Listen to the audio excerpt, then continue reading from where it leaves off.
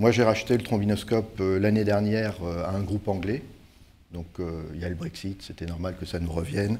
Et le trombinoscope, c'est à la fois un magazine, c'est un annuaire, un magazine, et un événement très prisé à Paris tous les ans.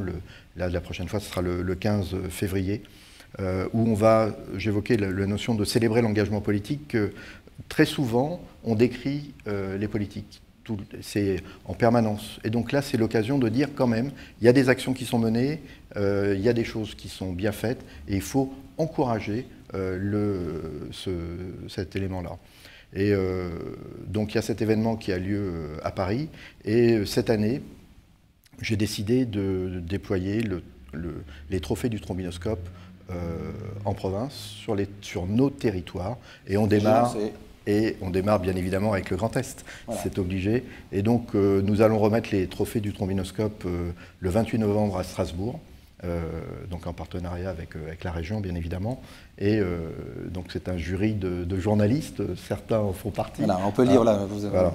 J'ai le plaisir et l'honneur de faire partie effectivement de ce jury. Et voilà, je pense que c'est une belle opération d'être en plus d'être la première région à étraîner ces trophées, j'allais dire, du monde politique au niveau régional.